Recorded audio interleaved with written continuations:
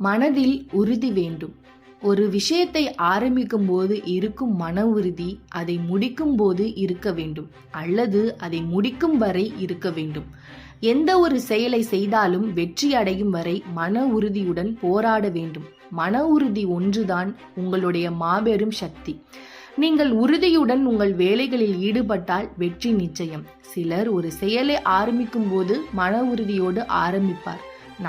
நாளாக அதன் மீதான நம்பிக்கையை குறைத்து விடுவார். அவ்வாறு இல்லாமல் தொடக்கம் முதல் இறுதி வரை உந்து வேகத்துடன் செயல்பட்டால் வெற்றி உங்கள் வசமே. வெற்றி எளிதில் கிடைப்பதில்லை. எவனொருவன் மன உறுதியோடு தன் இலக்கை நோக்கி பயணிக்கின்றானோ அவனே வெற்றி அடைகின்றான். நாம் செல்லும் பாதையில் இருக்கும் தடைகளை கண்டு துவளாமல் அதையெல்லாம் மன உறுதியோடு தகர்த்தெறிந்துவிட்டு வெற்றியை நோக்கி வீரநடை போடுங்கள். மன உறுதியே மனிதனை மென்மேலும் உயர்த்தும். சாதனைகள் படைக்க வேண்டும், சரித்திரத்தில் இடம்பெற வேண்டும் என்றால் நீங்கள் உங்கள் இலக்குகளை அடைய மன உறுதியோடு போராடுங்கள்.